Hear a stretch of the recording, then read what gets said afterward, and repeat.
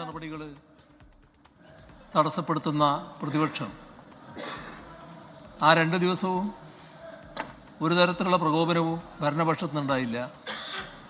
മാത്രമല്ല, അങ്ങ് വലിയ തോതിൽ സഭ നടത്തിക്കൊണ്ടുപോകുന്നതിന് സഹായകരമായ നിലപാടാണ് സ്വീകരിച്ചത്. തുടർച്ചയായ അങ്ങയുടെ അഭ്യർത്ഥനയും അവർ സ്വീകരിക്കാൻ തയ്യാറായില്ല. സർ, ഏറ്റവും വലിയ പ്രത്യേകത, ആ സീറ്റിൽ ഞങ്ങളാരും അങ്ങയുടെ മുഖം കാണാത്ത രീതിയിൽ മറച്ചു പിടിക്കുന്നതായിരുന്നു. അത് പ്രതിപക്ഷം ബോധപൂർവം ചെയ്തൊരു കാര്യമായിരുന്നു. ബോധപൂർവം അങ്ങയെ സഭയുടെ മുന്നിൽ നിന്ന് മറക്കുകയായിരുന്നു. സർ, ഇത് കേരളത്തിൽ ഇതിനു മുൻപ് ഈ രീതിയിൽ നടന്നിട്ടില്ല. മാത്രമല്ല, നമ്മുടെ രാജ്യത്ത് പലയിടങ്ങളിലായി പലതരത്തിലുള്ള പാർലമെൻ്ററി പ്രതിഷേധങ്ങൾ ഉയർന്നു വന്നിട്ടുണ്ട്. രാജ്യത്തെവിടെയെങ്കിലും ഇത്തരത്തിൽ ബഹുമാനപ്പെട്ട സ്പീക്കറെ പൂർണ്ണമായും സഭയുടെ ദൃശ്യത്തിൽ നിന്ന് മറച്ചു പിടിക്കുന്ന തരത്തിൽ ഒരു പ്രവർത്തനം ഏതെങ്കിലും പ്രതിപക്ഷം നടത്തിയതായി ഇതേവരെ കണ്ടിട്ടില്ല. സർ, പ്രതിഷേധത്തിൻ്റെ രൂപത്തിൽ പലപ്പോഴും പ്രകടിപ്പിക്കപ്പെടാറുണ്ട്. പക്ഷെ അതിൽ നിന്നെല്ലാം വേറിട്ട് നടപടികൾ സ്വീകരിച്ചപ്പോൾ അങ്ങ് അതിൽ കൈക്കൊണ്ട രീതി അവരുമായി ചർച്ച ചെയ്ത് സമവായം ഉണ്ടാക്കാൻ കഴിയുമോ എന്നൊരു ശ്രമമാണ്. അതിൻ്റെ ഭാഗമായിരിക്കാം ഇന്ന് കാലത്ത് 8:30 ഞങ്ങളെ എല്ലാവരെയും അങ്ങ് വിളിച്ചത്.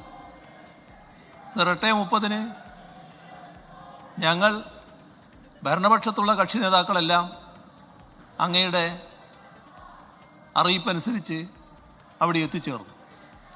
അവിടെ എത്തിയപ്പോഴാണ് പ്രതിപക്ഷത്തെ കാണാത്തത്. അങ്ങ് എന്താണ് അവരെത്താത്തത് എന്ന് അന്വേഷിച്ചപ്പോൾ അങ്ങയുടെ ഓഫീസിൽ നിന്ന് പ്രതിപക്ഷ നേതാവിനെ ബന്ധപ്പെടുന്ന നിലയുണ്ടായി. അപ്പോഴാണ് ഞങ്ങൾ പങ്കെടുക്കുന്നില്ല, ബഹിഷ്കരിക്കുന്നു എന്ന് പറയുന്നത്. സർ, അത് വ്യക്തമായ സന്ദേശമാണ്. ഒരു തരത്തിലുള്ള സമവായത്തിനും തയ്യാറല്ല. സർ, എന്താണ് ആവശ്യം? അതാണ് ഇവിടെ പ്രധാനം. ഈ സഭയിൽ 2 ദിവസം ഈ തരത്തിൽ സഭാ നടപടികളാകെ ചോദ്യോത്തരവേളയടക്കം സ്തംഭിപ്പിച്ചുകൊണ്ടുള്ള പ്രതിഷേധം പ്രതിപക്ഷത്തു നിന്ന് ഉയർത്തുമ്പോൾ എന്താണ് അവരുടെ ആവശ്യം? സർ, പാർലമെൻ്ററി രീതി അനുസരിച്ച് ഏത് പ്രതിപക്ഷത്തിനും സഭയിൽ ആവശ്യങ്ങൾ ഉന്നയിക്കാം. സർ, അങ്ങ് പലവട്ടം ചോദിച്ചല്ലോ എന്താണ് നിങ്ങളുടെ ആവശ്യമെന്ന്. അവരിതേവരെ ഉന്നയിക്കാൻ തയ്യാറായോ? സർ, എന്താണ് അവർ ഭയപ്പെടുന്നത്? അവരെ ഉന്നയിച്ചാൽ ഉന്നയിക്കുന്ന ഏത് പ്രശ്നത്തിനും വിശദീകരണം നൽകാൻ ഞങ്ങൾ തയ്യാറാണല്ലോ. ഞങ്ങൾ മറുപടി പറയാൻ തയ്യാറാണല്ലോ. എന്തിനാണ് അവർ ഭയപ്പെടുന്നത്? സർ, അവരെ ഇവിടെ ഉയർത്തിയ ചില ബാനറിൽ, ചില ബോർഡുകളിൽ കാണാൻ കഴിഞ്ഞു സഭയിൽ ഭയം. സർ, അത് സ്വയമേവ അവർക്കുള്ള ഭയമല്ലേ? ആ ഭയത്തിൻ്റെ ഭാഗമായിട്ടല്ലേ അവരിവിടെ ഒരു പ്രശ്നവും ഉന്നയിക്കാതിരുന്നത്? സർ, ഉന്നയിക്കാൻ പല മാർഗങ്ങളുണ്ടല്ലോ. ചോദ്യോത്തരവേളയിൽ ഉന്നയിക്കാം,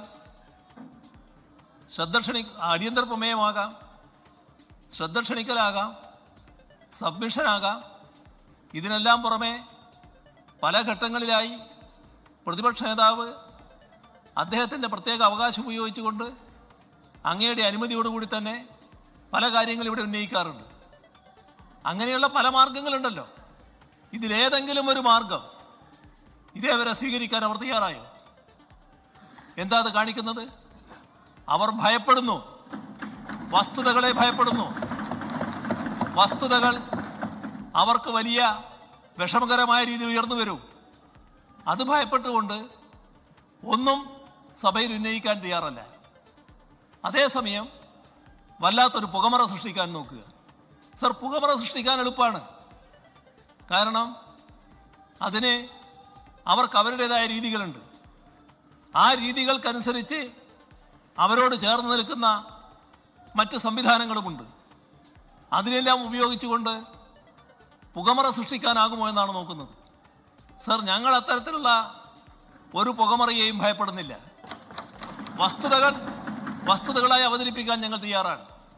ലോകത്തെവിടെയായാലും ഏത് സമയത്തും 24 വാർത്തകളും ഓഗ്മെന്റഡ് റിയാലിറ്റി പാക്കേജുകളും എക്സ്പ്ലെയിനറുകളും വിശദമായി കാണാൻ ഞങ്ങളുടെ യൂട്യൂബ് ചാനൽ നിങ്ങൾക്ക് സബ്സ്ക്രൈബ് ചെയ്യാം.